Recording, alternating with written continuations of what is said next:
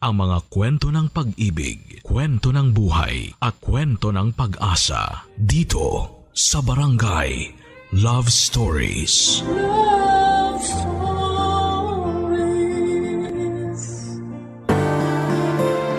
May mga pag-ibig na natural na lumalabas sa pagitan ng dalawang tao. Hindi kayang ipaliwanag kung bakit sa pagitan nila ang gaan at ang simple lang ng lahat. Ikaw, ka-barangay, naranasan mo na bang makahanap ng tao na kaya mo lang maging natural? Dear Papa Dudut, ako nga pala si Emma, 35 years old, isang kahera. Ito na ang naging karir ko mula noong legal na akong nakapagtrabaho. Naging kahera ako sa isang bentahan ng feeds noong 20 years old ako. Pag-aari yon ng ninong ko kaya mabilis lang akong nakapasok. Ang ninong ko ang nagturo sa akin na maging kahera. Doon ako naging magaling. Noong nagsara ang negosyo ng ninong ko ay napilitan akong maghanap ng bagong trabaho. Nakapasok naman ako bilang kahera sa bentahan naman ng mga noodles at gulaman. Hindi malaki ang sahod pero pinagtitiisan ko dahil hindi naman ako nakapagtapos ng pag-aaral. Kaya hindi ako pwedeng mag-demand. Matitiis ko sana ang maliit na pasahod pero dahil masama ang ugali ng amo ko. Kaya umalis din ako makalipas ang 2 taon. Sumunod akong naging kahera sa isang eatery sa Quiapo.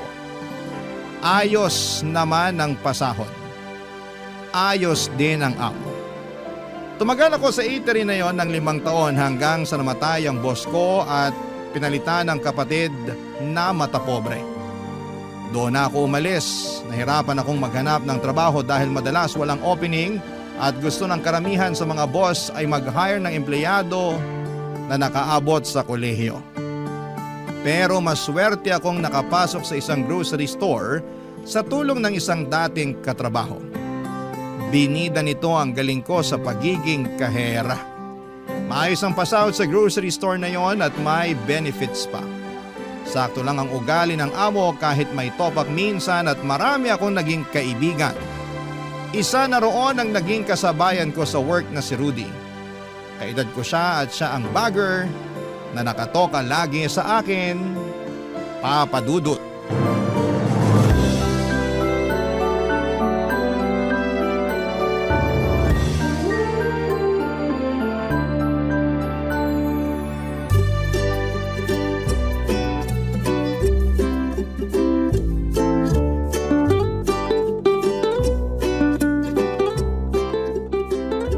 Mabuti na lang at break time na. Sinabi mo pa. Kanina ko pa gustong pihitin yung orasan natin para makapagpahinga na. Ang lala kasi ng customers ngayon. OA sa pagdagsa, sabay-sabay. Parang mga problema ko lang. Kaya ayoko nang nalilipat sa Saturday shift eh. Ang daming customers. Walang pahinga ang biceps ko.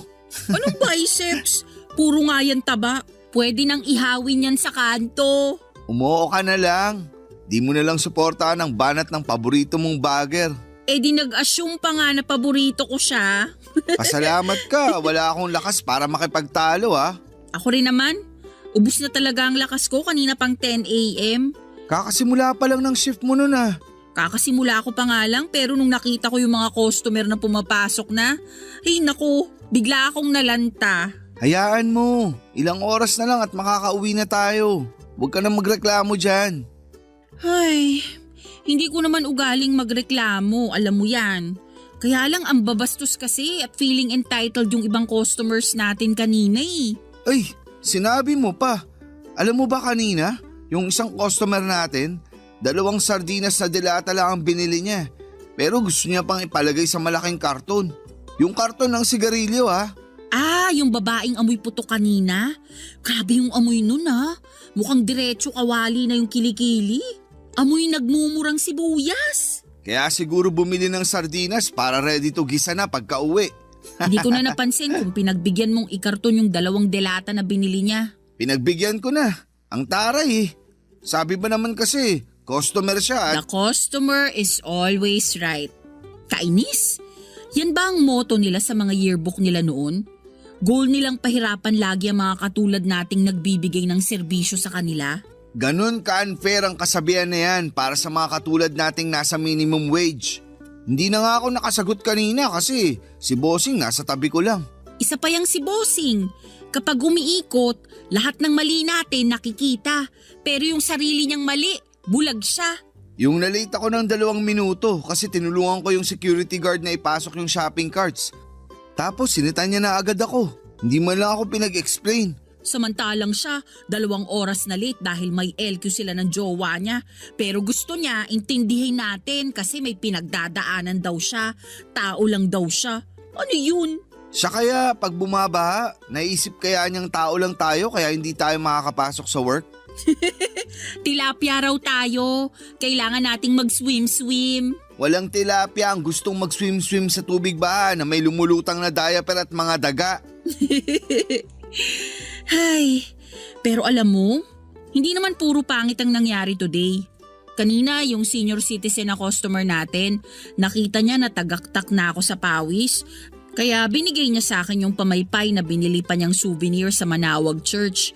Nabasbasan pa raw yun ng pare. Ako rin. Kanina yung lalaki na akala ko masungit dahil may kasigawan sa cellphone niya. Inabutan ako ng 100 pesos. Tinulungan ko kasi siyang buhatin hanggang elevator yung mga nabili niya. Uy, may 100 pesos ka naman pala. Libre mo ako ng isaw mamayang uwian ah. Oo ba? Ako pa ang magbabayad ng pamasahe mo mamaya sa bus pa uwi. Masaya kaming nagkakwentuhan ni Rudy habang inuubos ang oras ng break namin. Iyon ang nakasanayan namin, Papa Dudut. Ang magkwentuhan habang umiinom ng soft drinks habang naka-break. Kaming 2 lang madalas. Doon kami sa malayo sa mga kasamahan namin at iba kasi ang trip nila.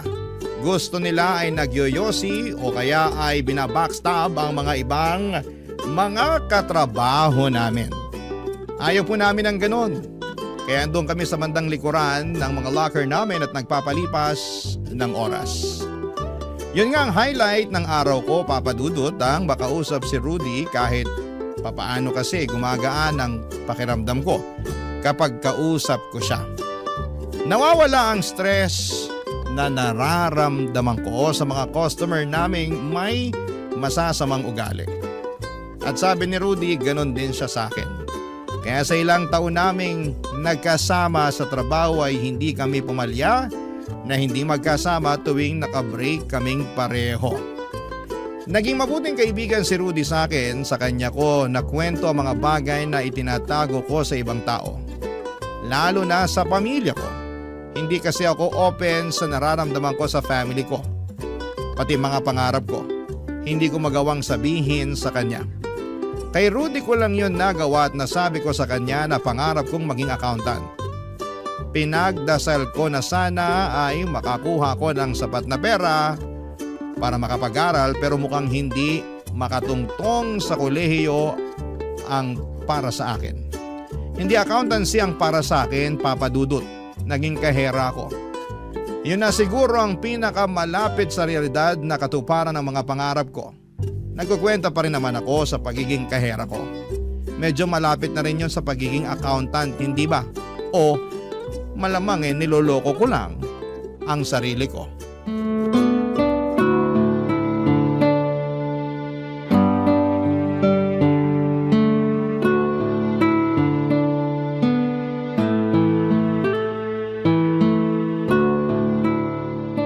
Uy, bakit hindi ka sumunod sa likuran ng locker area natin kaninang break time? Sayang naman yung soft drinks na binili ko para sa atin. Nangangasim na yung sikmura ako sa soft drinks eh. Saka baka mamaya magka-UTI pa ako ng di oras dahil sa kakainom ko nun. Bawi na lang ako bukas. Sana sinabi mo para bumili na lang ako ng ibang pwede mong mainom. Hayaan mo na. Emma, may problema ba? Ha? Wala. Meron eh. Ano bang pinagsasabi mo riyan? Ayos lang ako. Kilala na kita. Pag panayang iwas mo ng tingin sa akin, may problema ka. Wala akong problema. Napagalitan ka ni Bossing? Ha? Hindi. Di huli ang pagsisinungaling mo. Kapag inubo ka bigla, matik na nagsisinungaling ka. Ang dami mo namang napapansin sa akin. Nangati lang ang lalamunan ko dahil natuyuan ako ng laway eh. Ang sabihin mo, nangangati ang lalamunan mo kapag nagsisinungaling ka. Eh ano naman kung nagsisinungaling ako? Karapatan ko yun no? Ano ba kasing nangyari ha? Sa akin ka pa magtatago. Hindi pwede yan sa akin. Hindi talaga ako pwedeng magtago sa'yo no? Ilang beses mo nang sinubukan, hindi ka nagwagi ron. Dali na, kwento na habang wala pang customer. Napagalitan nga ako ni Bossing. Sabi na eh. Bakit? Na-short pala ako kahapon, hindi ko napansin. Anong sabi sa'yo? Siyempre, kaltas na naman sa sahod ko. 350 pesos rin yun. Mahigit kalahati na yun ang sahod mo. Paano ba nangyari? Nasalisihan ako ng isang customer natin kahapon. Sabi niya kulang daw yung sukli ko sa kanya. Ewan ko ba kung bakit parang nabudol niya ako na abutan siya ng pera? Nakita namin sa CCTV kanina habang break time. Kaya pala wala ka kanina. Hayaan mo, may karma sa mga taong mapanlamang. Eh kailan naman nila makukuha yon? At saka paano naman ako? Di sila lumaban ng patas. Ako tong iniipit nila sa kasamaan nila.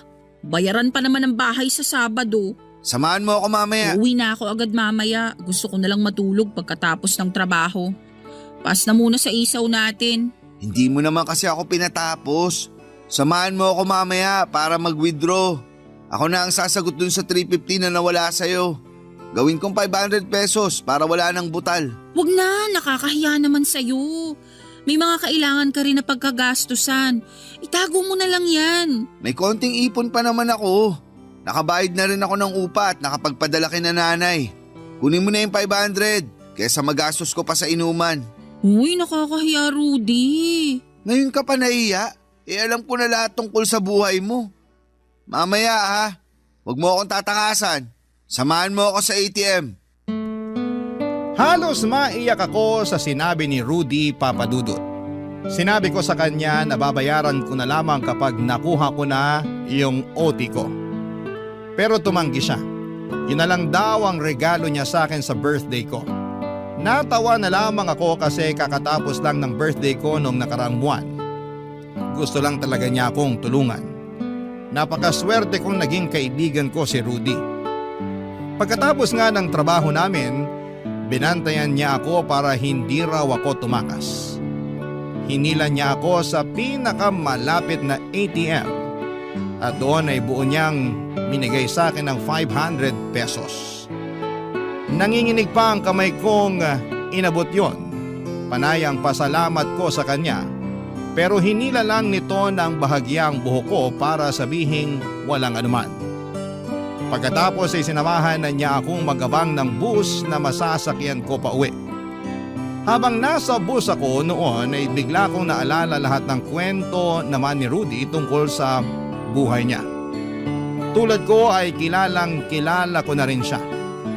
Ang tungkol sa magulo niyang pamilya, ang tungkol sa pakikipagsapalaran niya sa Maynila, ang tungkol sa pangarap niyang magkaroon ng sariling grocery store. Nakwento nga niya na pangarap niyang makapagtayo ng malaking grocery store. Hindi lang isa kundi maraming branches. Kaya nga siya pumasok bilang bagger sa grocery store na pinagtatrabahuhan namin para may matutunan siya, lalo na sa pagmamanage. Pero sa ilang taon naming andon ay parang maramot ang grocery store na yon para turuan siya. Kinulong lang siya sa sulok katabi ko. Wala siyang ibang natutunan kundi kung paano dapat isalansan sa paper bag ang mga pinamili ng mga customers. Barangay Love Stories. Barangay Love Stories. Nagpatuloy ang buhay namin bilang kahera at bagger.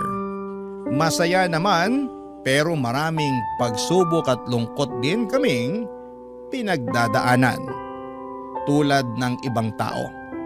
At kapag nagigiba na ang tiwala sa mga sarili namin ay magtatago kaming muli sa likuran ng locker para pag-usapan ang mga bagay-bagay na nagpapahina sa amin. Sa tulong ng sandamukal na asukal ng soft drinks na iniinom namin kada break time, pakiramdam namin ay kaya na naming harapin ang buong mundo. Hindi na ulit magtatago pero mabilis lang ding mawawash out ang asukal na yon na nagbibigay ng pag-asa at saya sa amin. Kaya nagbabalik kaming muli sa pagtatanong kung hanggang doon na lamang ba talaga kami. Yung mga pangarap namin hanggang pangarap na lang ba talaga? Hindi nasagot ang mga tanong namin. Pinili na lang naming huwag yung harapin or hanapan ang sagot. Alam naming masasaktan lang kami kapag nagkataon.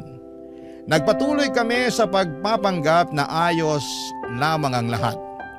Ayos lang na hindi ako naging accountant at naging kahera ako.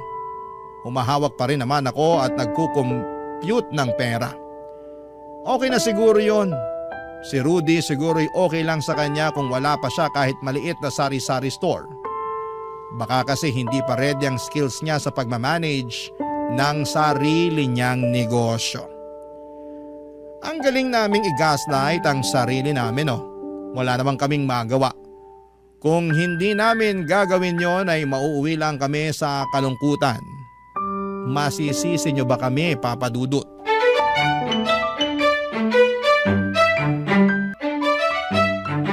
Bongga ha? Nilibre mo ako ng soft drinks ngayon tapos may kasama pang 2 fried siopaw at chocolate. Galante ka ha? Nauna ka bang sumahod kesa sa amin? Wala pa yan. Mamaya pag-uwian, libre kita dun sa sosyal na kapehan. Para maranasan naman nating isulat ang mga pangalan natin sa paper cup. At matawag ng baristang Englishera. 1 M&M extra large coffee for Emma, ganda. Yung pinakamalaking kape talaga ang bibilin ko para sa atin. Tapos bibili tayo ng cheesecake. Wow, galante. May 13th month ka na ba? Ikaw ba ang unang nabiyayaan ha? Hindi May nag-abot lang ng blessing sa akin kanina. At syempre, kilala mo naman ako. Isishare ko yun sa'yo. Ipunin mo na lang yan para may pandagdag ka sa pangarap mong grocery store. Nako, wag nga muna nating pag-usapan yan. Alam mo ba, nabawasan na naman yung ipon ko. Si tatay kasi kailangan na ng maintenance sa atay niya. Siyempre, ako na naman ang inaasahan nila. Hala, ayos lang ba ang tatay mo? Ewan ko, ayoko munang makibalita. Pinapadalan ko na lang sila para sa mga gamot. Nakakainis lang kasi hindi nila magawang alagaan ang mga sarili nila. Inom dito, inom doon. Tapos sino ang mahihirapan kapag nagkasakit sila? Ako, di ba? Kasi ako yung breadwinner. Nakakainis nga. Ay, kaya wag mo na lang akong ilibre mamaya. Ako na lang ang manlilibre sa'yo, sosyal na kape. Pero yung small lang ha, tapos pass muna sa cheesecake. Wag na. Ako nga ang unang nakaisip na manlibre. Agaw trip ka naman dyan. Hayaan mo na ako para mawala na yung stress ko. Tsaka malaki naman yung inabot na tip sa akin nung chicks na customer natin kanina. Chicks? Hindi mo napansin? Yung second to the last customer natin kanina bago tayo mag-break? Ah, yung nakasuot ng pulang leather na palda. Yung hapit na hapit ang palda. Ang kinis ng tuhod niya, no? Parang hindi nagasgasan nung bata siya. Sorry kung hindi ko napansin ha.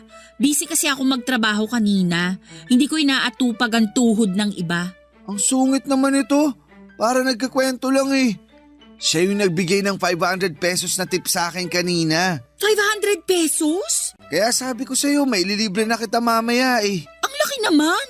Baka nagkamali siya ng inabot sa'yo ha. Baka 50 pesos lang dapat yun. Tinanong ko nga kanina, baka nagkamali lang ng bigay. Hindi naman daw. Bigay daw talaga niya yung sa akin. OFW pala siya at natuwa siya sa ngiti ko. Ang gaan ko raw kaharap. Mag-artista na kaya ako, no? Sus, naniwala ka naman. Bakit naman hindi? Sa inabutan na ako ng 500 pesos. Bakit pa siya gagastos kung magsisinungaling lang naman pala siya? Ewan ko sa'yo. Ingat ka sa mga ganyang babae ha. Baka mamaya may asawa pala yun. Naku ka. Baka matambangan ka pag uwian natin. Madamay pa ako. Oo naman ito. Masyado mong minamasama ang kabutihan ng ibang chicks sa akin ah. Selos ka no? Selos? Kapal na mukha mo. Ni minsan nga hindi ako nagandahan dyan sa ngiti mo. Aray ah. Tandaan mo, nilibre kita ng 2 fried siopaw at chocolate. Dahan-dahanin mo naman ang mga salita mo. Pasalamat ka talaga, nakaka-good mood ang 500 pesos. Aalis na ako. Uy, saan ka pupunta? Kakasimula pa lang ng break natin ah. Nagtaka na lamang si Rudy sa inakto ko, Papa Dudut. Nagsuplada ako at nagdabog. Hanggang pagbalik sa trabaho ay hindi ko siya kinakausap. Sinubukan niyang kausapin ako pero panay ang kaway ko sa mga customer para sa akin na pumila at makapagbayad. Kahit konti lang ang customers namin noong araw na yon ay chill na nga lang ang ibang kahera dahil halos kunin ko na ang lahat ng customers. Paraan ko yon para iwasan si Rudy. Nagmamadali nga rin akong umuwi para hindi na siya makasabay pa. Hindi naman siya namilit. Pero pagka-uwi ko ng bahay, nag-text siya sa akin. Ano raw ba ang problema ko? Bakit daw bigla akong nag-walk out at hindi namamansin? Ano raw ba ang ginawa niya? Doon ako nakaramdam ng konsensya, Papa Dudut. Wala naman kasi siyang ginagawang mali. Ako lang talaga ang problema. Ako lang tong biglang nagselos kahit na wala naman akong karapatan. Matagal ko nang gusto si Rudy, Papa Dudut, lihim nga lang yon at wala akong pinagsasabihan. Yun lang ang isang bagay na hindi ko kayang sabihin sa kanya. Dahil nahihiya ako. At hindi ko alam kung ano ang magiging reaksyon niya. Paano ba naman kasi ay hindi ko maramdaman na may gusto siya sa akin? Paano ako magkakaroon ng lakas ng loob na umamin kung kahit konting hint na type niya rin ako ay wala pa? Nag-type ako sa aking cellphone at sinabi ko ang lahat ng nararamdaman kong inis sa kanya. Dahil lagi na lang ako nagsiselo sa mga customers namin na nagpapakyut sa kanya at nag-aabot ng tip para landiin siya. Pero hindi ko yon sinend. Binura ko rin. Hindi ko siya nireplyan at kinabukasan at sa mga sumunod na araw, iniwasan ko na siya. Nahalata naman niya at kinompronta niya ako kaagad. Papa Dudut.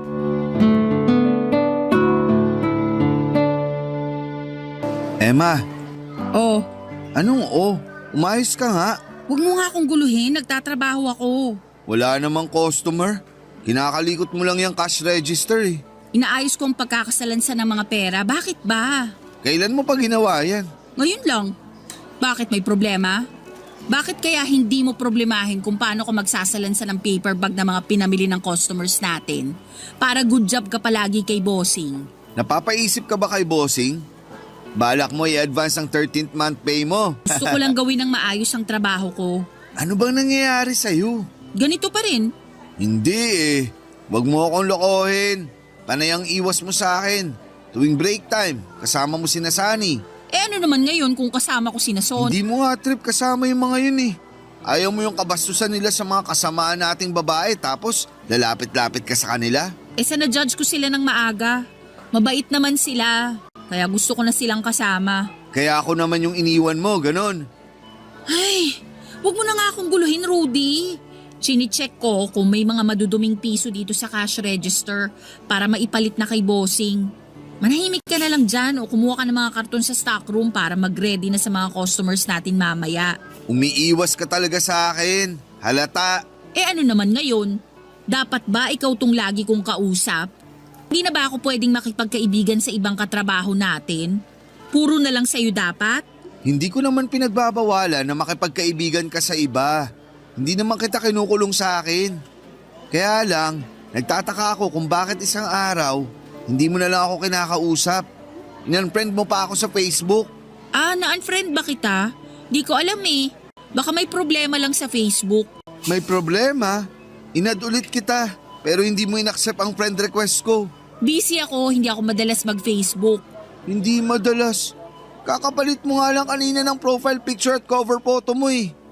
Nakapag-reply ka pa sa mga nagko-comment sa profile picture mo.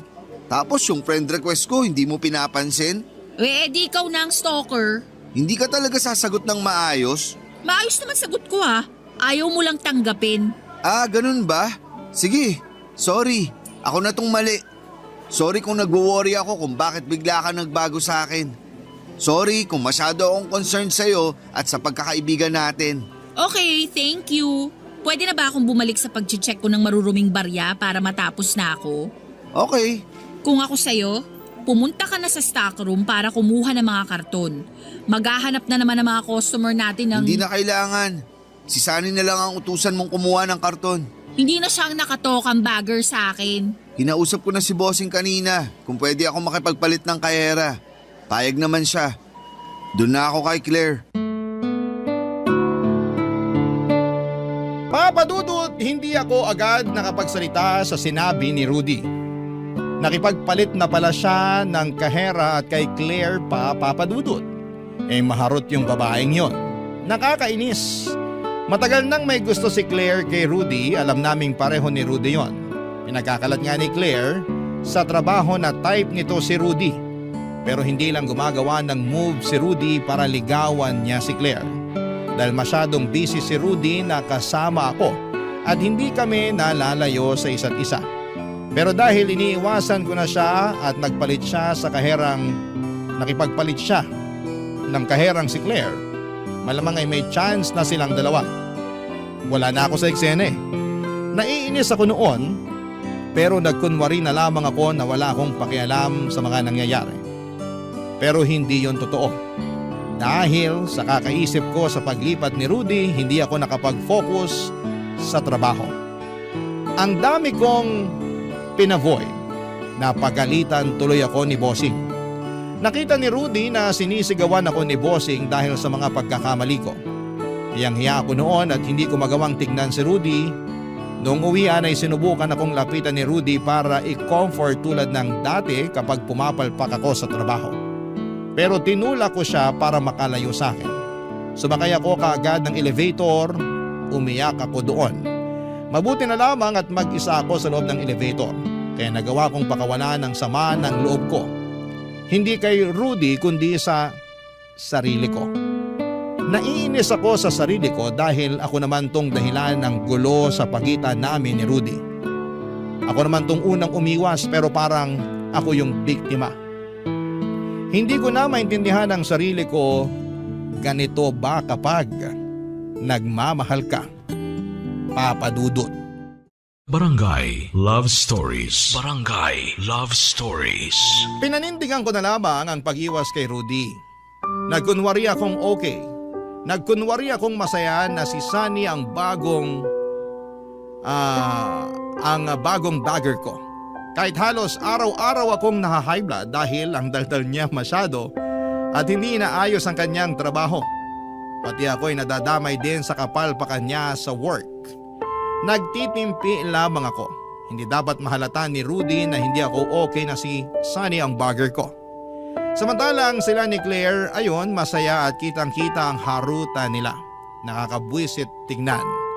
Nakakasira ng araw, lalo't katabi ko lang sila mismo. Nadidinig ko rin ang usapan nila at nadidinig ko kung paano harap-harapang landiin ni Claire si Rudy at wala akong magawa. Hindi na ako kinausap ang muli ni Rudy pero pansin ko ang palihim niyang sulyap sa akin, lalo kapag na-stress na ako sa trabaho ko. Iba talagang kasama si Rudy sa work, maganda ang tandem namin. Mabilis ang trabaho kaya maaga rin kaming nakakapag-break. Nami-miss ko siyang kasama pero syempre hindi ko yon aaminin sa kanya. Hindi ko pwedeng ilaglag ang pride ko, lalo't nakikita ko siyang mas okay kesa sa akin. Hanggang isang araw ay bigla na lamang itong lumapit sa akin habang naka-break ako. Mag-isa lamang ako sa smoking area kahit hindi naman ako nagyoyosi. Yun lang kasi ang lugar kung saan ay malayo si Rudy sa akin pero nakakainis lang na nagawa pa niya akong puntahan doon. Papa Dudut. Bakit nandito ka sa smoking area? Bakit? Bawal na ba? Hindi ka naman nagyoyosi. Gusto ko lang namang tumambay. May iba namang pwedeng tambayan, bakit dito pa? Maganda ang view. Anong maganda ang view? Basurahan nga ang view mo eh. Ano bang pakialam mo? Gusto ko rito. Fresh ang hangin. Kita mo na, kahit sarili mong baga, pinagkanulo ka bigla. Umalis ka na rito. Lumipat ka na lang ng ibang pwesto na may totoong fresh air. Ayoko nga. Pabayaan mo nga ako. Ang tigas ng ulo mo. Mas matigas ang ulo mo. Bagay kayo ni Claire. At naisingit mo pa talaga si Claire sa usapan. Wala namang ginagawa sa iyo yung tao. Pero siya may ginagawa sa'yo, no? Yung pahaplos-haplos ng braso kahit may customer na inaasikaso. Ano yun? Ano yan? Anong ano yan? Yang ganyang reaksyon mo sa paghaplos sa akin ni Claire. Pati yun napapansin mo pa? At bakit hindi ko naman mapapansin? Katabi ko lang kayo. Sinasadya mong pansinin. Nakabantay ka sa akin. Kapal na mukha mo ha. Cash register lang ang binabantayan ko. Sus! Mukhang pinagseselosan mo si Claire. Paano kung oo? Uy, selos siya. Huwag ka mag-alala. Ikaw pa rin ang paborito kong kahera. Huwag ka na magselos ha. Bati na tayo. Tara sa tindahan. Libre kita soft drinks at siopaw. Rudy, paano kung nagsiselos nga ako? Di i-celebrate natin. Anong gusto mo? Bola-bola o asado? Seryoso ako. Sumagot ka. Nagsiselos ako, Rudy. Pinagseselosan ko si Claire. Pinagseselosan ko lahat ng customers natin na nagbibigay ng tips sa'yo para landiin ka. Kahit yung senior citizen na inabutan ka ng pandesal, nagsiselos din ako ron. Kasi sila kaya nilang hawakan ka, landiin ka. Ako hindi, kaya nagsiselos ako. Naririnig mo ba ako? Naiintindihan mo ba ang sinabi ko? Rudy, nagsiselos ako. Prank mo ba to? Anong prank? Ano ako, vlogger? Yan lang ang sagot mo? Tatawanan mo lang ako? Matapos ko sa iyong aminin na gusto kita? Gusto mo ako? Halata ba? Magsiselos ba ako kung hindi? Ano ba namang kamanhiran yan, Rudy? Hindi ako manhid. Tanga lang, ganon. Kasi hindi mo magets yung pagsiselos ko dahil type kita. Ay, Emma, Lalim ng hinga ha? Busted ba ako? nagawa mo pang magbiro. Hindi naman ako nagbibiro Kung pwede ka nga lang ligawan, gagawin ko ngayon. Mapatunayan lang na type kita. Ang dami mo na sigurong nalanghap na usok dito. Kaya kung ano-ano na lang ang sinasabi mo. Halika na, umalis na tayo dito. Baka kung ano pa ang masabi mo. Namula ang mukha ko sa sinabi ni Rudy. Halatang rejected ako sa sinabi niya. Inalalayan niya akong makaalis sa smoking area at ewan ko kung bakit ako sumunod sa kanya. Nagpunta kami sa tindahan para bumili ng soft drinks at siopaw. Parang wala lang sa kanya mga ginawa kong pag-amin. Tahimik lamang ako noon at hindi ko rin alam kung bakit sumunod pa rin ako sa kanya. Siguro kasi umaasa ako na may makukuha pa akong sagot sa kanya pero wala. Dahil kahit naubos na namin ang soft drinks at siopaw, wala pa rin. Nakabalik na kami sa trabaho pero wala pa rin. Inobserbahan ko siya at parang normal pa rin ang inaakto niya. Umiwas nga lang siya ng konti kay Claire at hindi nagpahaplos pa. Kahit papaano ay may maganda pa rin palang nagawa ang pag-amin ko. Mabilis lang lumipas sa mga oras, uwian na agad. Inaya ako ni Sunny na mag-isaw pero tumanggi ako. May bala kasi akong kausapin si Rudy at nagpanggap akong may inaayos pa sa cash register ko. Kasi hindi pa rin naman umaalis noon si Rudy sa pwesto niya. Halatang nagpapanggap lang din siyang nag-aayos ng mga paper bag at straw na panali ng mga karton. Naghihintayan kaming dalawa, Papa Dudut, hanggang sa magtama ang mga paningin namin. Doon na po lumapit si Rudy sa akin. Pwede raw ba kaming mag-usap? Tumango ako at sinabing mag-out muna kami para ituloy ang usapan sa labas.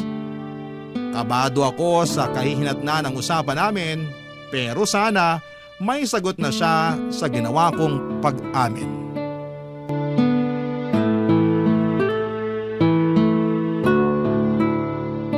Gutom ka na ba? Malapit na. Kaya sabihin mo na kung anong gusto mong sabihin para makauwi na ako at makakain. Yung tungkol lang sa kanina. Mabuti naman at may sagot ka na. Sorry kung hindi ako nakasagot agad kanina ha. Nabigla lang ako. Gets ko naman. Pero aaminin kong dati pa gusto mo na ako. Ano? Alam mo na type na kita noon pa lang? Oo, binabaliwala ko lang talaga. Kasi ayaw mong masira ang friendship natin? O ayaw mo lang sa akin? Dahil may pangarap ako. Wow! Ang sakit naman nun. Parang panira ako sa pangarap mo ah. Sorry ah. Hindi naman sa ganun. Mali na naman ang atake mo. Eh ano pala? Alam mo naman ang tungkol sa pangarap ko, di ba? Tungkol sa pagkakaroon ng sariling grocery store, alam ko. At alam mo naman na lahat gagawin ko para makamit yun, di ba? Bakit Rudy? Magiging sagabal ba ako sa pagkamit nun? Pwede naman ako maging inspirasyon mo para galingan mo pa, di ba? Ayaw mo nun? May supportive kang girlfriend? Hindi kita pwedeng maging girlfriend, Emma. Kasi ayaw mong masira ang friendship natin. Ay, hindi kita type. Aray ah, pwede namang umuo ka na lang dun sa huling sinabi ko. Bakit kailangan maging honest ka pa? Sakit naman nun, Rudy. Kasi alam mong hindi ako sinungaling, di ba? Kaya nga eto, aamin na ako. May sasabihin ako sa'yo at sana hindi to makarating sa ibang tao. Bakla ka? Hindi, pero may baklang nag-aalaga sa akin. Ano? Sabi ko naman sa'yo, lahat gagawin ko para sa pangarap, di ba? Kaya ka pumatol sa bakla? Para magkaroon ng sariling grocery store? Hinuhusgahan mo ba ako? Oo. Asan ang prinsipyo mo nun? Sa tuwing nilalapitan ka ng mga bakla dati para sustentuhan ka, ayaw mo. Kasi sabi mo, gusto mo marangal ang paraan ng pagkuha mo ng pera. Anyari ngayon? Pwede bang nagbago lang ng desisyon at pananaw sa buhay? Tama na nga yung pananaw mo noon eh. Ay, wala namang magagawa yung marangal na pananaw sa buhay. Hindi naman ako makakasurvive kung yan lang ang meron sa akin. Alam nating pareho yan. May mga pangarap tayo, di ba? Ikaw, accountant. Ako, may-ari ng grocery store. Pero asan tayo ngayon sa pagkamit nun? Kahera ka at bagger ako. Ilang taon na, pero ang layo pa rin ang pangarap natin. Kasi hindi tayo gumagamit ng pinagbabawal na teknik. Hindi tayo sumasabay sa mga nandadaya, kaya hindi tayo umuusad. At gusto mong mandaya para makauna ka. Hindi sana, pero kailangan ko nang maging praktikal. Lumalala na ang sakit ni tatay sa atay. Lumalaki na rin ang gastos sa school ng mga kapatid ko. Kung uunahin ko maging patas sa pakikipaglaban, matatalo lang ako. Rudy, may iba namang paraan. Wala nang madali pang paraan. Ito na yun, Emma. Ganyan ba talaga kapag nilamon ka na ng pangarap? Handa mong babuyin yung katawan mo, makuha mo lang yung gusto mo? Pasensya ka na, Emma, kung magkaiba na tayo ng mindset ha. Pero sino ka para husgahan ako? Akala mo naman ang linis mong tao. Concern lang ako sa'yo. Concerned o masama lang ang loob mo dahil hindi kita gusto?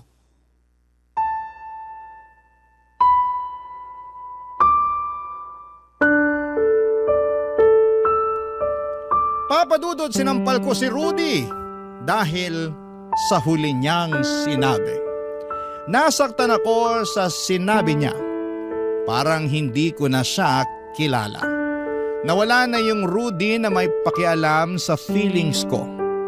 Dati kahit mukha akong ewan o palpak ako sa trabaho ko ay hindi niya ako pinaprangka at sinasabihan ng masasakit na salita para ma-down ako. Pero yung Rudy na kaharap ko noon ay parang ibang tao. Alam kong galit lamang siya dahil pinagsabihan ko siya, pero bakit kailangan niyang ipamukha sa akin na kaya lang ako nagkaganon ay dahil binasted niya ako. Ang kapal ng mukha niya at gusto ko lang namang ipaalala sa kanya na mali ang ginagawa niya. At bilang kaibigan niya ay gusto kong maitama niya yon. Pero bakit nagmukha akong masama? Mula noon ay iniwasan na niya ako. Laging masama ang tingin niya sa akin sa tuwing nagtatama ang mga paningin namin. Ilang beses ko siyang gustong lapitan pero panay ang iwas niya. Nung isang beses na nag-early break ako ay nagpunta ako sa stockroom para umidlip, pero laking gulat ko nang makita kong naghahalikan sina Rudy at ang bossing namin. Ang manager ng grocery store na pinagtatrabahuhan namin. Hindi nila ako nakita dahil dahan-dahan akong lumabas ng stockroom at doon ko nalaman ng nagsusustento kay Rudy ay ang bossing namin. Bawal magkaroon ng relasyon ng manager at isa sa mga staff namin, nasa company policy namin yon.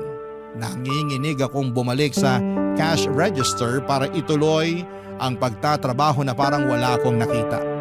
Ilang araw na ang nakalipas mula noong nahuli ko sina Bossing at Rudy. Hindi ko pa rin alam ang gagawin. Magsusumbong ba ako? Baka kasi magbuka akong bitter dahil sa pangbabasted sa akin ni Rudy. Pero kasi mali ang ginagawa nila. Ano po sa tingin ninyo ang dapat na gawin? Maraming salamat po sa mga tutulong at magbibigay ng opinyon.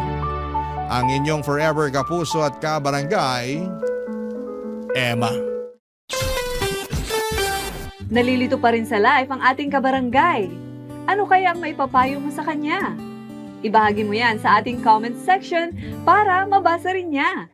Ang mga kwento ng pag-ibig, kwento ng buhay at kwento ng pag-asa dito sa Barangay Love Stories. Love Stories.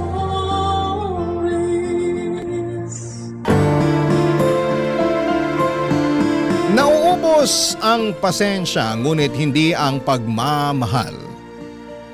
Napapagod ang tao pero marunong pa rin naman silang magpatawad. Ikaw, kabarangay, handa ka bang magpatawad sa taong paulit-ulit kang ginawan ng pagkakamali? Dear Papa Dudut, magandang tanghali sa inyo at sa lahat ng mga kabarangay natin. Pabati na rin ang isang manigong bagong taon sa ating lahat. Itago niyo na lamang po ako sa pangalang Rosette. 32 years old at nagtatrabaho bilang audit officer sa isang international company na nakabase dito sa Makati.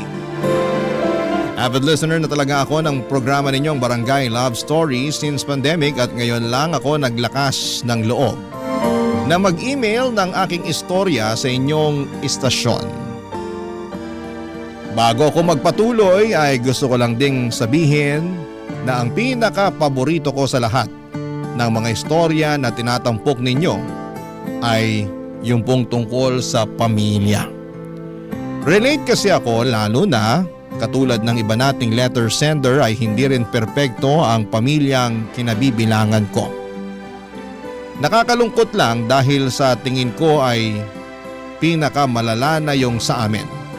At kung tatanungin ninyo ako kung gusto ko pa ba sila na maging pamilya sa susunod na buhay ay sasabihin ko talagang hindi na. Kahit na hindi na nga ako mabuhay kung meron pang susunod ay ayos na ayos lang.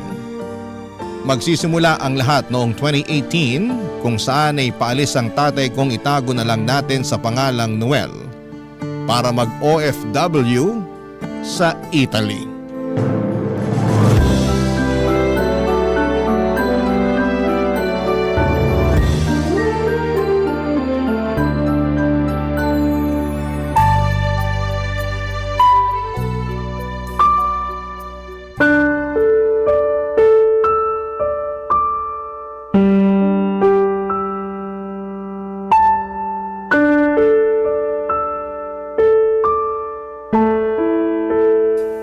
Aileen, nahanda mo na ba mga damit ko? Yung mga isasama sa maleta, nalagay mo na ba? Oo, nilagay ko na. Talaga lang ha? Kung ayaw mo maniwala, iditignan mo. Titingnan ko talaga. Oh, wala rito yung paborito kong damit.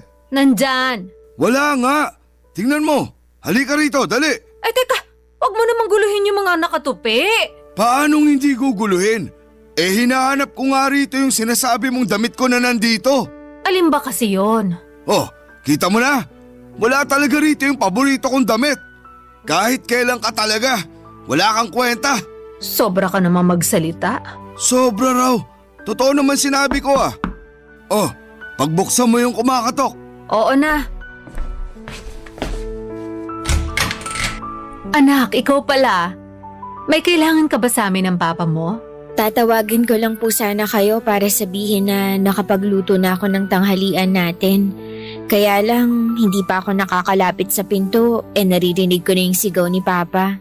Ay, ganun ba? Wala yun. Nag-uusap lang kami. Anong nag-uusap? Hindi tayo nag-uusap kasi tatanga-tanga ka. Noel naman. Hindi mo ko dapat pinagsasalitaan ng ganyan sa harap ng anak natin. At bakit hindi?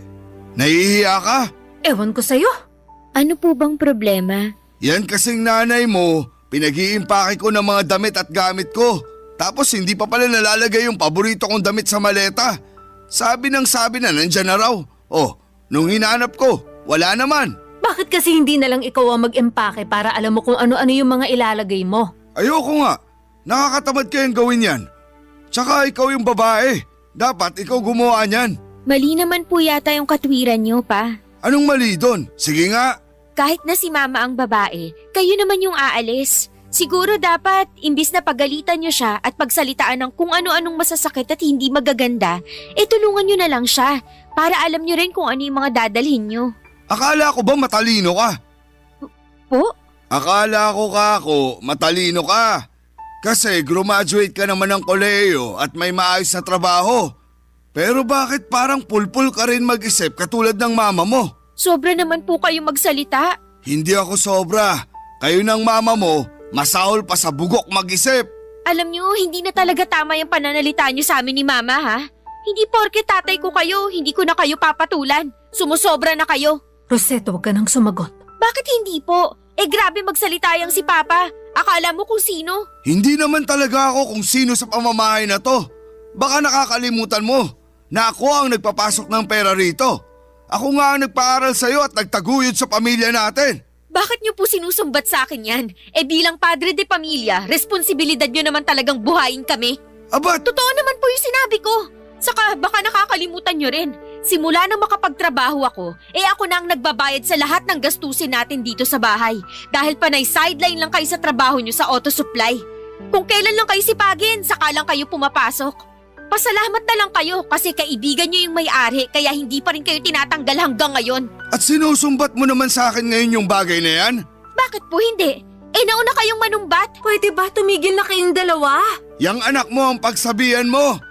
Iba rin tabas ng dila. Bastos. Akala mo hindi magulang kausap.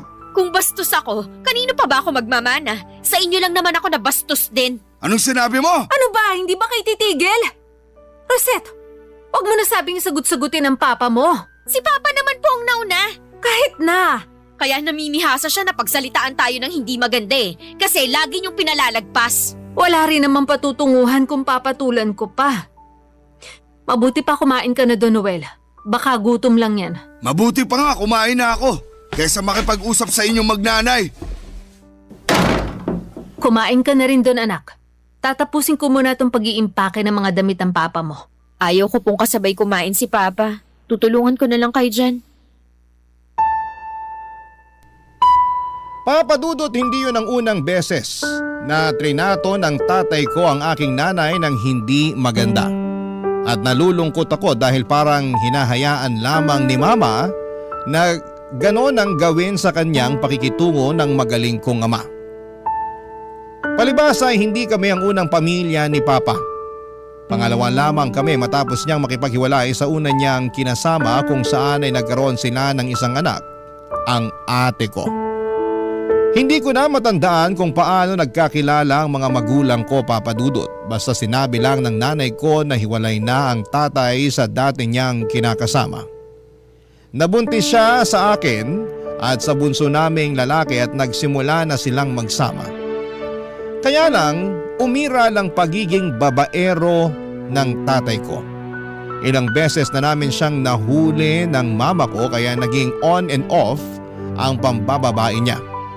At hanggang sa bago siya umalis noong 2018 para magtrabaho sa abroad. Malakas ang kutob ko na ang pinakadahilan ng pag-iibang bansa niya ay upang sundan doon ang babaeng korsonada niya sa auto supply na pinagtatrabahuhan niya. Nabanggit kasi niya isang beses sa amin na plano nung magpunta sa Italy tapos ay makaraan lang ang isang buwan ay nagulat kami nang binalita niya sa amin na aalis din siya. Mabilis na lumipas ang 4 na taon, 2022 na noon at ni minsan simula nang umalis si Tatay Papa Dudut ay hindi pa siya umuwi sa amin para magbakasyon.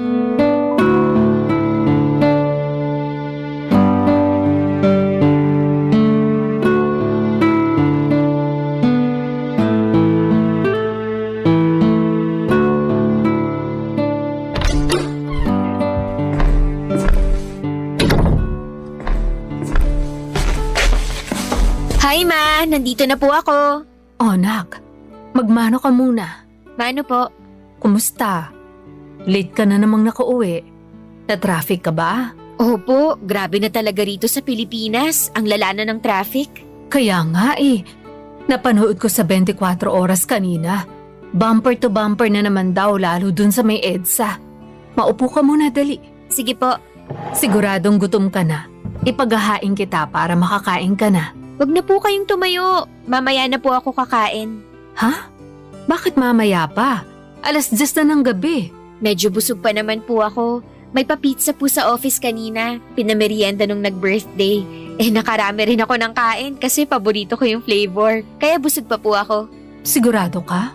Opo, baka nga hindi na rin ako kumain pero pag nagutom ako, kakain po ako, promise. Sige, promise yan ha?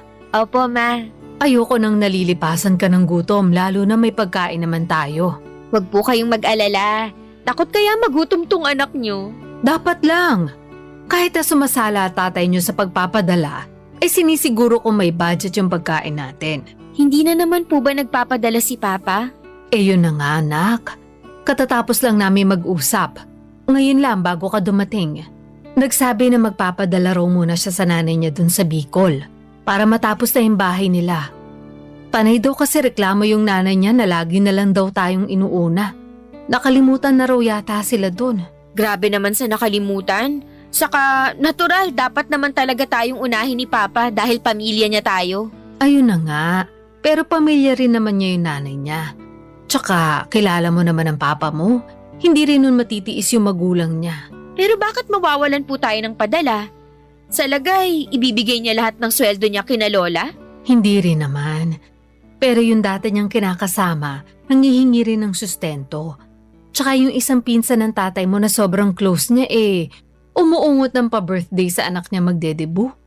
Tatay mo na lang daw magbayad ng venue, kahit yun na lang daw ang regalo. Sobra naman po yun. Hayaan mo na lang. Hindi lang ako makapaniwala na hahayaan ni Papa na walang maipadala sa atin para may maibigay siya sa iba. Mabuti sana kung ngayon lang niya ginawa sa atin na sumablay sa pagpapadala. Sa loob ng 4 na taon niya dun sa Italy, mabibilang sa mga daliri ko sa kamay kung ilang beses pa lang siya nagpadala ng pera sa atin.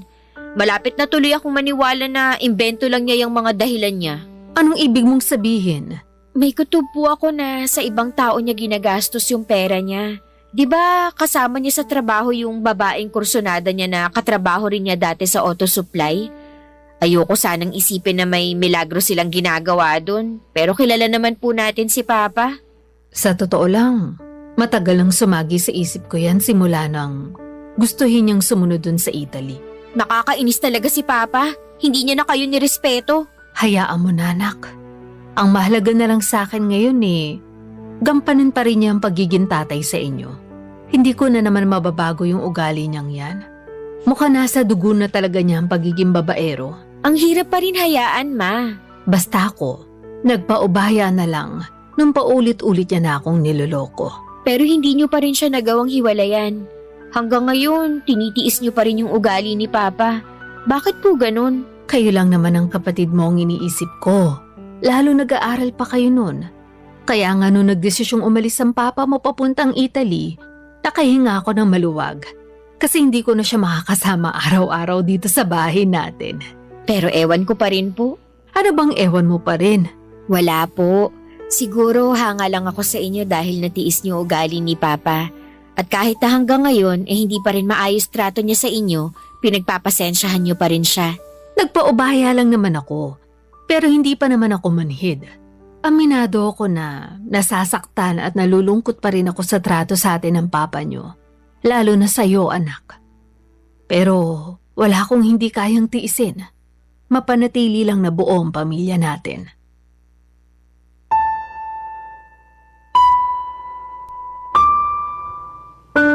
Papadudot awang-awa ako sa mama ko sa tuwing nagsasabi siya ng nararamdaman niya tungkol kay Papa. Sa kabila ng lahat ay hindi naman niya ito magawang hiwalayan.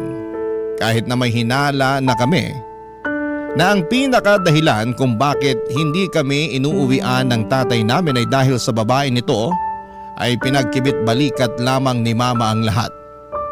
At kahit na sinabi niya na ang mahalaga na lamang ay ang sustento ni Papa ay hindi pa rin namin yon ganong kadaling nakukuha sa kanya. Tumungtong na ako sa edad ko kung saan ay napagod na lamang akong intindihin ang mga magulang ko. Kumbaga nagsawa na lamang akong mangunsume sa tatay ko at sa pagiging babaero niya. Siguro nga Papa Dudut ay may bahagi sa akin na tinanggap na lamang na hindi ko na mababago ang pagiging taksil ng tatay ko sa nanay ko. At tungkol naman sa nanay ko na martatay. Barangay Love Stories. Barangay Love Stories. Papa Dudut, alam kong hindi perpekto ang pamilya namin pero pakiramdam ko ay sumobra naman sa pagiging despalinghado. Bukod kasi sa pagkakaroon ng tatay na unfaithful at hindi nagsusustento sa amin ng maayos. Nanay na martir at hinahayaan ng sarili na ituring na backup ng tatay habang inaalila ay meron din akong kapatid na freeloader o yung bang palaasa, palamunin at tamad. 25 anyos na noon ang kapatid kong lalaki pero wala akong natatandaan na nagkaroon siya ng matinong trabaho sa kadahilan ng takot mag-isa o sumubok ng ibang mapapasukan nang hindi kasama doon ang mga barkada. Sumuko na nga lang si mama sa pangangaral at pagmomotivate sa kanya. Kaya sa huli ay hinayaan na lamang sa bahay na tumambay-tambay. Isang gabi, nakatanggap ako ng long distance call mula kay Papa at laking gulat ko na galit ito sa akin, Papa Dudut.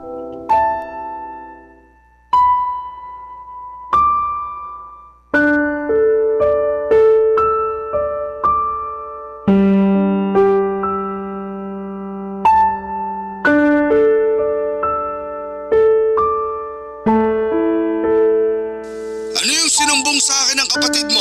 Pinagalitan mo raw siya nung hindi siya nagsaing kagabi. Tapos nagagalit ka rin daw sa kanya at sinasabihan mo siyang tamad? Tamad naman po talaga siya eh. Saka sinong di magagalit na pati pagsasaing, inaasa niya pa rin sa amin ni Mama. Wala ba siyang mga kamay? Palibasa, sinanay niyo kasi. Anong sinanay kong pinagsasabi mo? Totoo naman masyado niyong inispoil. Lahat na lang ng ginagawa niya tama sa paningin niyo. Ayan, nasanay. Parang wala nga ako natatandaan na pinagalitan o pinagsabihan niyo man lang yung kapatid kong yun. Kaya lumaking sutil at palaasa sa amin ni Mama. Oh, tapos ngayon nanunumbat ka na dyan. Hindi ako nanunumbat. Saka bakit ba lagi niyong sinasabi na nanunumbat ako kung totoo naman na ako yung nagpapasok ng pera sa bahay natin? Ako yung nagbabayad ng mga bills at bumibili ng pagkain. Baka nakakalimutan mong nagpapadala rin ako sa inyo. Ay syempre, hindi po namin nakakalimutan yung padala nyo na madalas kulang at wala pa nga. Sumusobra ka na talagang babae ka. Manang-mana ka sa mama mo. Buti na lang nagmana ako kay Mama at hindi sa inyo dahil ewan ko na lang talaga. Pasalamat ka, nandito ako sa ibang bansa. Kundi nakatikim ka na talaga sa akin. Napakabastos mo. Kung bastos na ako, kumusta naman yung paborito nyong anak? Tamad na nga, palamunin pa. Dapat siguro siya yung pinagsasabihan nyo imbis na ako. Kasi alam ko mga responsibilidad ko sa pamamahay na to. Pag nakauwi na ako dyan, malalaman mong hinahanap mo. Wala po akong dapat malaman. Baka kayo meron. At ano naman yon? Maging responsableng tatay sa amin at kinakasama kay Mama. Ay, talaga naman. Ibababa ko na po yung tawag. Inaantok na ako. Sandali, kinakausap pa nga. Bukas po yan. Ano nangyari? Wala po. Anong wala? Umiiyak ka nga. Tsaka, papa mo ba yung kausap mo sa cellphone? Opo. Tumawag siya sa akin. Patulog na ako para lang pagalitan. Bakit naman niya ginawa yun? Yung magaling ko kasing kapatid, nagsumbong lang naman kay Papa na pinagalitan ko raw siya nung hindi nakasaing kagabi. Totoo naman yun, nagalit ako dahil pag-uwi ko wala pang pagkain. Di ba, masama pakiramdam niyo nun. Tapos siya, busy lang sa paglalaro ng mobile games. Ako pagod din, galing sa trabaho. Gutom na ako noon, kaya nagalit ako. Ako naman na may kasalanan nun. Wala po kayong kasalanan. Sabi ko nga, masama pakiramdam niyo, di ba? Saka, alam naman niya yun. Palagi siyang nandito sa bahay eh. Ano, sa lagay, hindi niya napapansin? Ang hirap kasi sa kapatid ko, masyado niyong sinanay ni Papa. Lalo na si Papa kasi paborito niyang anak yan. Hindi naman siguro. Ano pong hindi? Halatang halata naman kay Papa na palagi niyang pinapaboran yung kapatid ko. Pero pag ako, kulang na lang itakwil niya. Ano pang sinabi sa'yo ng papa mo? Marami, puro masasakit. Pero hindi ko naman siya masisisi kasi sinagot ko rin naman siya. Kaya nga dapat na nahimik ka na lang. Hindi ko po kaya. Lalo na nasa katwiran ako, Ma. Oh, kaso nagkakasakitan kayo ng papa mo. Masakit naman na po siya magsalita, wala nang bago dun. Saka hindi po ako katulad niyo na kayang magpaubaya at magtiis sa trato niya sa akin. Sobrang unfair niya lang kasi. Mas kampi pa siya sa kapatid ko na tamad at walang pakiramdam. Noon pa lang kasi gusto na ng papa mo magkaanak ng lalaki. Kaya nga tuwang-tuwa yun nung sinilang ko yung kapatid mo. Nandun na po tayo. Pero anak din naman niya ako. Kaya sana pantay yung trato niya sa amin. Lalo na sa akin na palaging sumasalo sa kakulangan niya sa pamilya natin bilang padre de pamilya. Kaya nga di ko na rin napigilan pagsabihan siya na dapat maging responsable siya sa atin eh. Sinabi mo talaga sa kanya yon? Opo, para alam niya. Sa tingin ko, alam naman ng papa mo yon. Pero hindi lang niya matanggap. Alam niya pero wala lang talaga siyang pakialam. Ayos lang na hindi siya makapagpadala sa atin ng regular kasi may iba siyang sinusustentuhan dun sa ibang bansa. Saka nandito naman ako para sumalo sa mga pagkukulang niya. Pero hindi niya ba naisip na nakakapagod na? Paano na lang kung wala na ako? As in, ngayon mismo, paano po kayo ng tamad kong kapatid?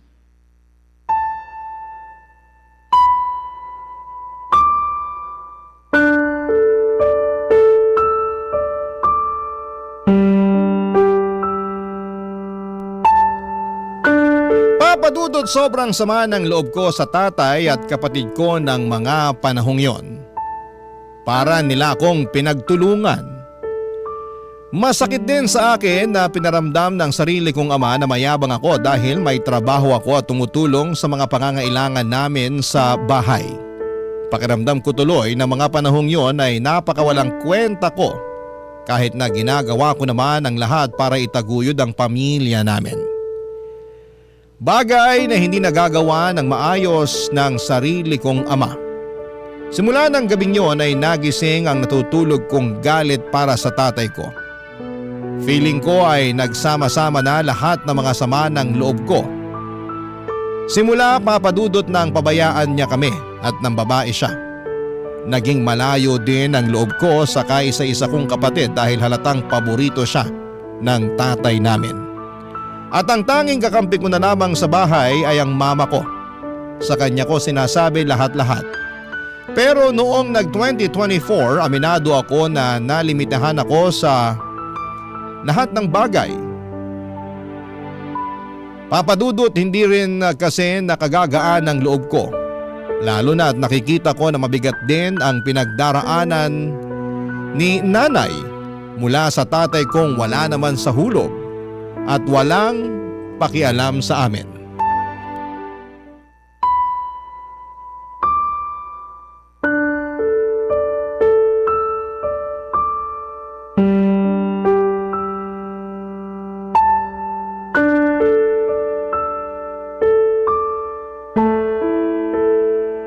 Anong gusto mong gawin ko, Noel? Hindi ko alam. Pati ba naman yung tinatanong mo pa sa akin? Wala ka bang sariling utak? Ano namang masama sa pagtatanong? Masama kasi lagi ka na lang ganyan. Ewan ko sa'yo. Tinatanong ka lang na maayos kung ano-ano nang sinabi mo sa akin. Gusto mo babaan kita ng cellphone? May sakit na nga ako, gaganyanin mo pa ako? Ano ba kasing nararamdaman mo? Sabi mo lang masakit ang katawan mo pero wala ka namang trangkaso. Wala naman talaga.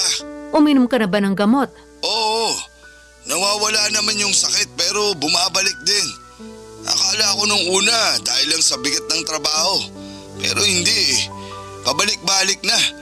Tapos lagi rin ako nahihilo. Naiinis na nga ako eh. Sinubukan mo na ba magpatingin sa doktor dyan? Hindi pa. Tsaka mahal dito.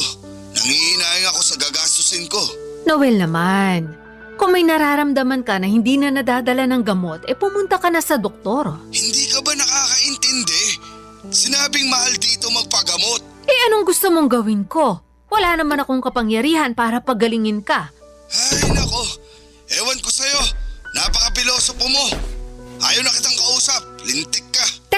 Sandali! Ma, si Papa po ba yung kausap niyo? Oo. Kaso binabaan na ako ng tawag. Nainis yata sa akin kasi akala pilosopo ko. Patawarin yan si Papa eh. Eh bakit naman? Ayaw niya ng pinipilosopo tapos siya laging pilosopo sa mga sagutan. Galit sa sariling multo. Hayaan mo na yung tatay mo. May pinagdaraanan din kasi. Talaga po? Oo. Dumadalas ang tawag sa akin na panay ang daing na marami raw masakit sa katawan niya. Una yung tagiliran, tapos mga buto-buto niya. Yung sa tuhod, sa paa rin, namamaga pa raw. Hirap daw siyang lumakad tapos madalas hinahapo. Hala, na paano kaya yun? Yun ang hindi ko masagot. Ano pong sinabi niyo? Sabi ko magpatingin sa doktor doon para malaman kung ano nangyayari sa kanya. Kaya lang tong tatay mo nanghihinayang sa perang gagastusin. Mahal daw kaya ayaw. Ang pinag-aalala ko, pabalik-balik na yung nararamdaman niya. Hindi na kaya ng mga iniinom niyang gamot. Si Papa talaga oh. Mas maganda nga na makapagpatingin siya sa doktor para tama yung reseta niyang gamot. Hindi yung basta-basta lang siya umiinom, masama rin yun sa kidney natin. Kaya nga anak. Ay, sa totoo lang hindi ko na alam ang gagawin sa papa mo. Masyadong matigas ang ulo. Matagal naman na pong ganyan si Papa. Kaya lang, ewan sa dahilan niya na namamahalan siya, pero may pambigay siya sa babae niya doon. Parang hindi naman yata patas yun. Hindi naman natin sigurado kung sa babae nga niya napupunta lahat ng sweldo niya. Kahit hindi tayo sigurado, malakas pa rin po kutob ko. Tingnan nyo, ni minsan ba umuwi siya rito sa atin para magbakasyon? Hindi naman, di ba? Tapos, dyan sa pagpapadala, sala sa init, sala sa lamig. Kumbaga, panapanahon. Pero kapag may kailangan siya sa atin, lalo na sa inyo, akala mo kung sinong hari mag-utos. Ura-urada pa gustong gawin. Nakakainis na talaga si Papa. Pag naaalala ko yung mga ginawa niya sa atin, lalo lang nadadagdagan yung galit ko sa kanya. Kaya lang, tatay mo pa rin siya. Hindi ka dapat nagtatanim ng galit sa kanya. Kahit tatay ko siya, wala naman po akong maitanim na pagmamahal para sa kanya. Meron pala, pero pang-unawa na lang at malapit na ring mawala. Kundi dahil lang talaga sa inyo, baka matagal ko nang hindi kinausap si Papa. Hindi rin naman kita masisisi, pero tama na yung pagsasalita mo ng ganyan sa papa mo. May nararamdaman na ngayon dun sa ibang bansa. Hindi ko maasikaso kasi malayo siya sa atin. Sus, nandun naman yung babae niya. Bakit sa'yo siya nagpapaasikaso? Rosette naman. Sorry ma, naiinis lang talaga ako. Maawa ka naman sa papa mo. Sinusubukan ko naman po. Pero hindi ko lang mapigilang isipin na baka karma niya na yung nangyayari sa kanya ngayon. Papa Dudut, matapos ikwento ni Mama ang madalas na pagtawag sa kanya ni Papa para ireklamo ang mga nararamdaman itong sakit sa katawan ay napabuntong hininga na lamang ako. Kita ko kasi na problemado ang mama ko. Bukod doon ay labis din ang pag-aalala niya sa tatay kong wala namang halos pakialam sa amin. Hindi ko lang magets na sobrahan na ba siya sa pagiging martir at nakuha niya pa talagang isipin ang kapakanan ni Papa kahit na ni minsan ay hindi naman ito naisip ang kapakanan namin. Papa Dudut, siguro ay ganoon kapag umiibig ang isang tao. Nabubulag siya sa pagmamahal sa maling tao. Sa pagpapatuloy ng pagdaan ng mga araw ay lalong dumalas ang paglo-long distance call ni Papa. Hindi naman kasi ito makapagpatingin doon ng regular, kesyo malaki ang kailangang bayaran. At madalas niyang nirereklamo na wala na siyang sweldo, gawa ng mga nararamdaman niya sa kanyang katawan. Sa huli ay pareho na lamang kaming naawa ng mama ko kaya naman nag-decide na kung pauwiin dito sa Pilipinas si tatay para mapatignan namin sa doktor, Papa Dudut. Barangay Love Stories. Barangay Love Stories. Papa Dudut, umuwi dito sa Pilipinas si Papa noong November 2024.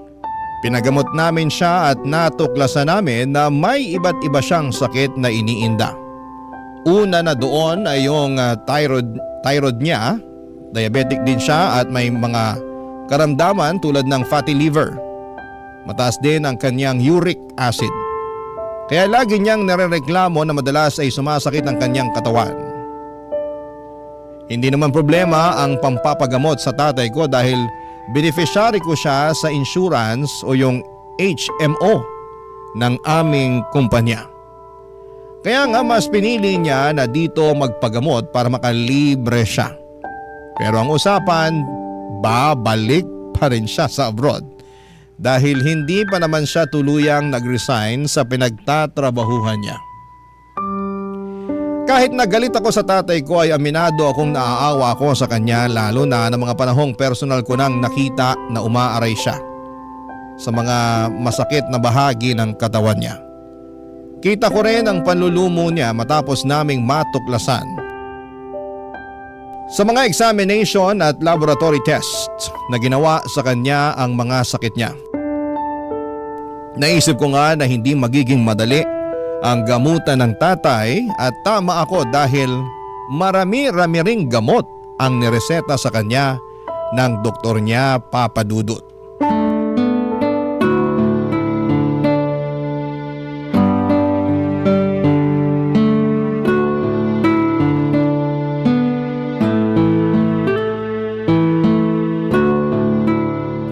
Nasaan ba yung kapatid mo, Rosette? Lumabas po yata kasama ng mga tropa niya, nag-basketball. Ganun ba? Tama lang yun para ehersisyo na rin sa katawan. Naalala ko nung kabataan ko, ganyan-ganyan din ako. Oo nga, pero bata ka pa rin naman. Bata pa nga, kaso marami nang iniinda. Pero nagagamot pa naman daw sabi ng doktor, di ba? Kailangan mo lang sundin yung payo nila. Tsaka inumin yung mga gamot na nireseta nila. Ayoko nang inumin niya mga gamot na yan. Nasusuka na ako dyan. Ano? Bingi ka ba? Sabi ko, ayoko nang inumin yung mga gamot ko. Bakit ayaw mo? Makakatulong nga sa'yo yon para gumaling ka. Nasusuka na nga ako. Paulit-ulit naman tayo, Aileen. Tama naman po si Mama. Makakatulong sa inyo yung mga gamot nyo para gumaling kayo. Saka ang mahal-mahal nun, hindi yun covered ng HMO ko. Binili ko yun gamit yung sweldo ko tapos hindi nyo lang iinumin? Ayan ka na naman sa panunumbat mo sa akin eh. Sinabi ko bang bilan mo ako ng mga mamahaling gamot na yon? Hindi po ako nanunumbat. Ang akin lang, sana maisip nyo na ginastusan ko kayo. Para rin naman po yun sa inyo, kaya wag na kayong magmatigas. Hirap sa inyo, daig nyo pa yung batang 1 taong gulang. Anong sinabi mo? Gusto mo talagang masampal? Sige, subukan nyo para may kalagyan kayo. Rosette, Noel, tumigil na nga kayo. Nasa harap tayo ng pagkain, no? Bakit akong pinagsasabihan mo? Yang anak mo ang sawayin mo. Dinig mong pinagbantaan ako, di ba?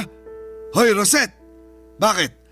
San mo ako ilalagay pag nasampal kita dahil sa kabastusan mo? San pa ba? Eh di ipapadampot ko kayo sa mga pulis. Aba, talaga naman. Nak, wag naman sanang humantong sa ganun, no? Tatay mo pa rin. Nakita nyo bang kamuntik niya na akong saktan? Tapos gusto nyo isipin ko pa rin na tatay ko pa rin yung tao na yan? Alam nyo ba kung gaano kahirap yung pinagagawa nyo sa akin, Ma? O ano? Hindi na po kayo nakapagsalita kasi totoo. Ang tagal-tagal kong inisip na tatay ko pa rin kayo sa kabila ng trato nyo sa akin at sa nanay ko pa. Palagi ko kayong pinagpapasensyahan kasi naaawa ako sa inyo. Nung sumasala kayo sa pagpapadala sa amin, hindi kayo nakarinig ng isang reklamo mula sa amin ni Mama, di ba? Kasi may trabaho naman ako at kaya ko pa naman suportahan tong pamilya natin. Pero ibang usapan na yung tumawag kayo para lang pagalitan ako dahil mas kampi kayo sa kapatid ko. Sa huli, pinagpasensyahan ko pa rin kayo, lalo na nung dumalas na yung pagdaing nyo na masakit ang katawan nyo. Pinauwi namin kayo rito para makapagpagamot. Inasikaso kayo ni Mama mula nang tumapak kayo sa pamamahay namin. Pero ni minsan, simula nung umalis kayo para mag-abroad, hindi nyo kami naalalang uwian dito.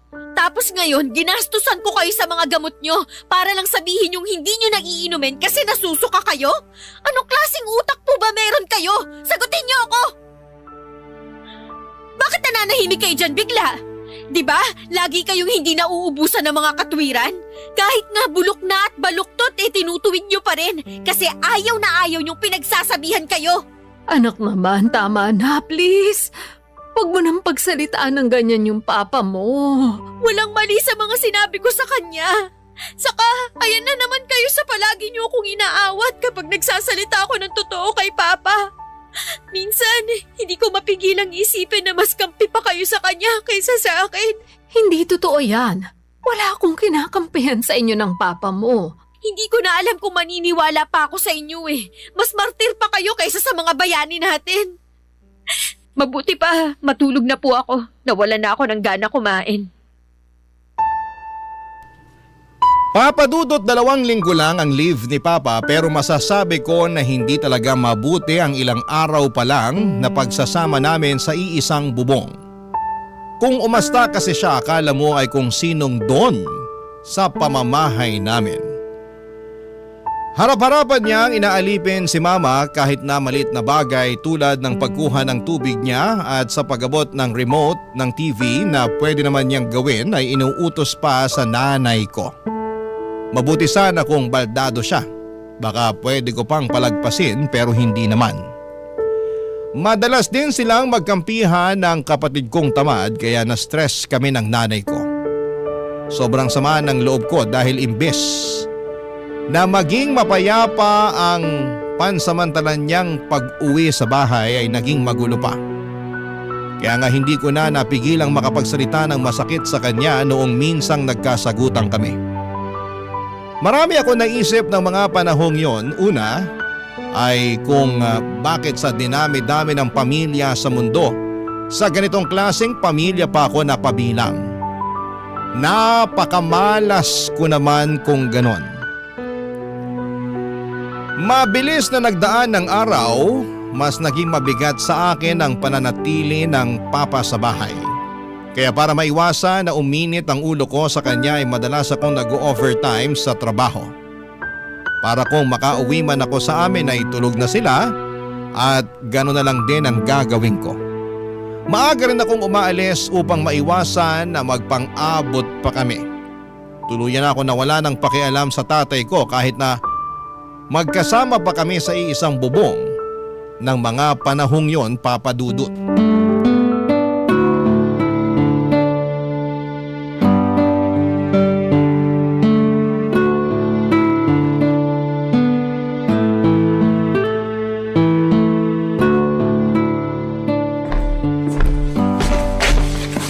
Kararating mo lang ba, anak? Ma? Opo, kararating ko lang po. Pero bakit gising pa kayo? Hinintay talaga kita. Galing lang ako sa CR. Tapos narinig ko parang may nagbukas ng pinto. Kaya naisip ko na ikaw na agad yan. Okay po, pero bakit niyo po ako inantay? Gusto sana kitang kausapin. Pero kumain ka na ba? Kung hindi pa, ipaghahain kita. Wag na po, kumain na po ako. Tara po, upo muna tayo sa sofa para makapag-usap tayo. Sige. Tungkol saan po ba yung pag-uusapan natin? Napapansin ko kasi na madalas late ka nang umuuwi. Tapos maaga ka aalis. Hindi ko alam kung nakakakain ka pa ba ng mabuti. Kasi hindi na kita napaghahandaan ng baon lalo sa umaga. Sa gabi, hindi mo naman kinakain yung mga pagkain na tinira ko sa iyo. Nag-aalala lang ako sa iyo, Rosette. Sorry po, Ma. Tungkol sa bagay na yan, kumakain naman po ako. Madalas nga lang sa office at lagi lang po ako umu-order kahit na magastos. Bakit nga? Pwede naman kitang ipaghandahan ng baon mo. Ayoko lang po na gawin nyo yun. Nagtatampo ka pa rin ba sa akin? Sa amin ng papa mo? Sa totoo lang, opo. Sinadya ko po na magpalit ng uwi at umalis ng maaga para hindi ko kayo makita at makausap. Hanggang ngayon kasi masama pa rin ang loob ko sa inyo. Naiintindihan ko naman. At alam ko malaki rin talaga yung pagkukulang at kasalanan namin sa iyo ng papa mo. Opo, pero syempre hindi ko pa rin naman po kayo kayang tiisin. Nagtatampo ako sa inyo pero namimiss ko pa rin kayo. Lalo ka na, Ma. Kasi ikaw lang naman talaga yung kakampi ko rito sa bahay natin. Kahit na minsan kinukonsinti mo si Papa at yung kapatid ko. Alam ko, ikaw pa rin yung pwede kong asahan na malalapitan pag kailangan ko. Oo naman. Sinabi ko sa iyo nung bata ka pa na hindi mo lang ako mama. Best friend mo rin ako. Kaya dapat lang na magsabi ka sa akin ng mga nararamdaman mo. Natatandaan ko nga po yan, pero may aaminin po ako sa inyo. Ano yon? Hindi na po ako masyadong nagkukwento sa inyo. Sinarili ko na lang po yung nararamdaman ko dahil wala rin namang magbabago. Kahit na magreklamo pa ako sa inyo ng paulit-ulit tungkol sa ugali ni Papa, hindi niyo pa rin naman siya hihiwalayan eh. Alam ko sa kabila ng ugali niyang yun, mahal na mahal niyo pa rin siya. Hindi naman mahal na mahal. Siguro mahal lang kasi meron kaming pinagsamahan at may mga anak kami. Kayo yun ang kapatid mo. At saka naaawa ko sa sitwasyon ng papa mo ngayon. Tingnan mo, hindi nga siya maasikaso ng mga taong tinulungan niya minsan. Pati nung babae niya dun sa Italy kung totoo man na may relasyon sila. Sa atin pa rin siya umuwi at tayo pa rin ang kailangan niya. Pero di ba ang unfair nun? Kasi pag masaya yung nangyayari sa kanya, ibang tao kasama niya. Pag malungkot at mahirap, sa atin siya pumupunta. Unfair nga, pero siguro ganun na lang ang papel natin sa buhay ng papa mo.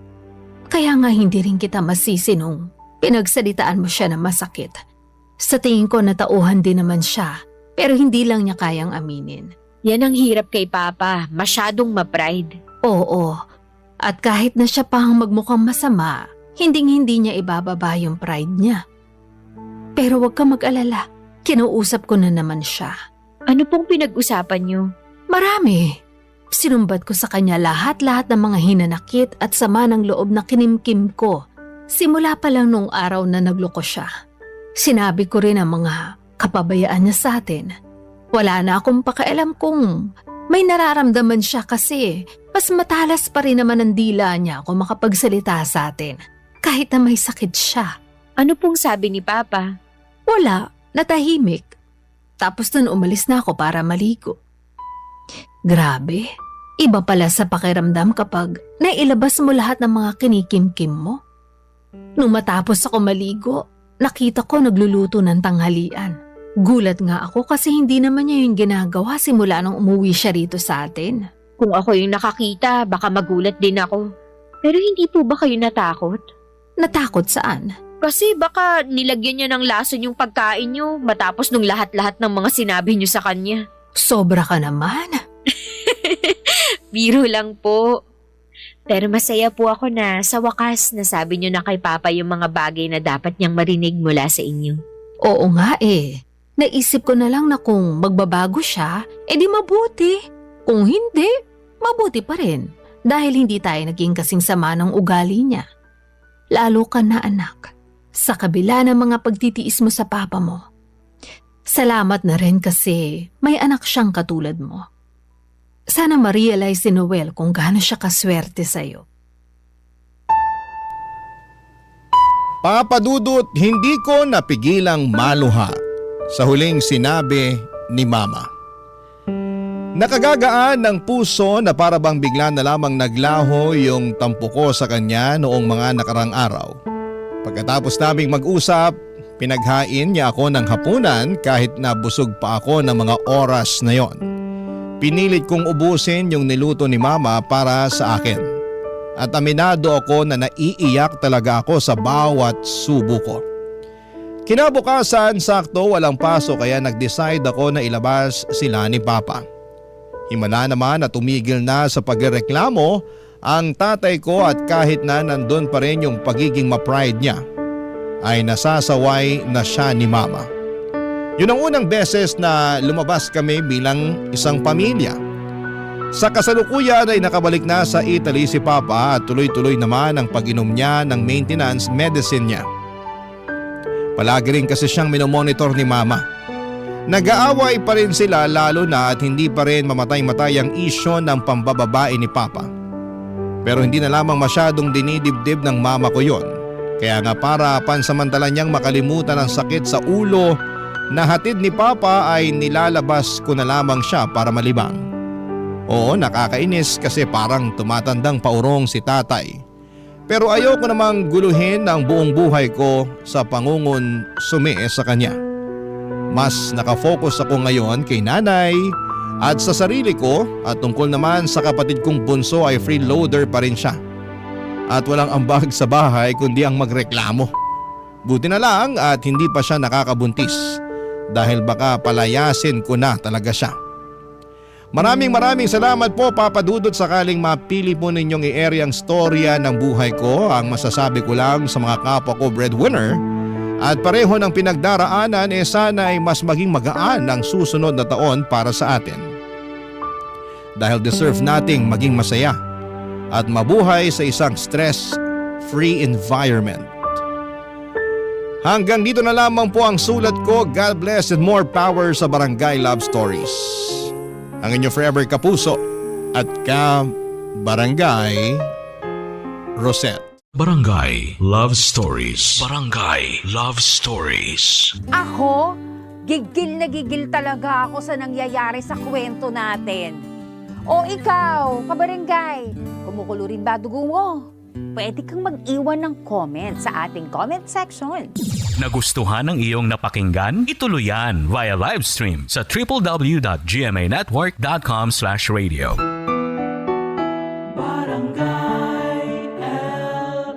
In Mega Manila, 97.1. Forever! Barangay Love Stories.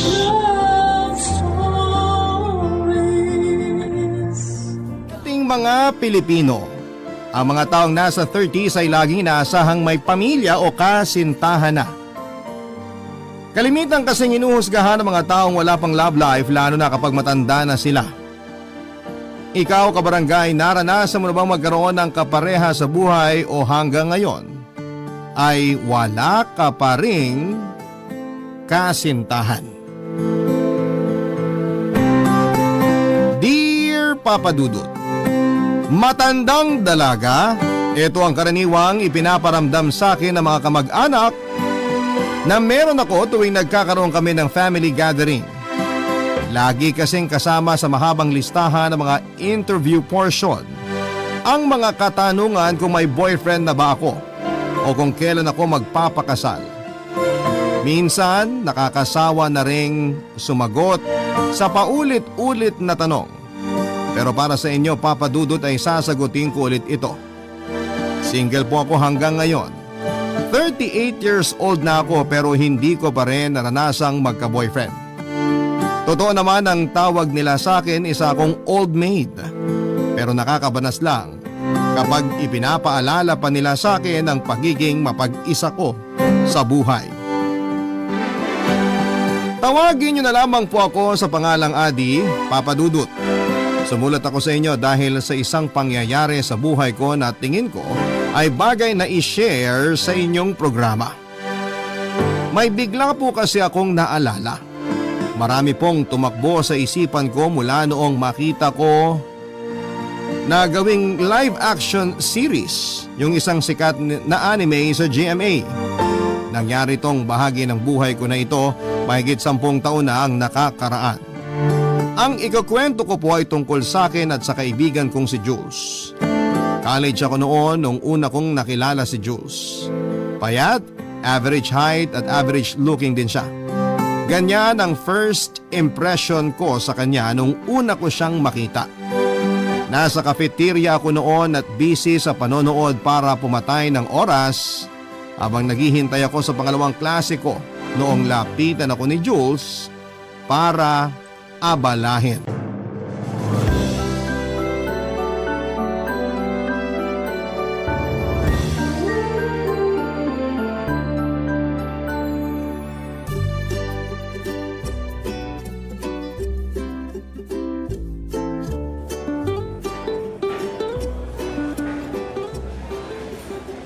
Yan ba yung trending na anime ngayon? Ha? Sorry, na-curious lang ako sa pinapanood mo. Tinatanong kita kung yan ba yung sikat na anime ngayon. Hindi ko na maalala yung title basta may fairy something sa title. Oo, ito nga. Ayos! Maganda ba? Ano sa tingin mo? Maganda naman, nakaka-hook siya. Maayos yung animation tsaka maganda yung storytelling. Saan ka nanonood niyan? Kinopya ko lang to sa kaibigan ko, pero tingin ko meron naman to sa internet. Check mo na lang. Okay. Hulaan ko. Mahilig ka sa anime, no? Obvious ba?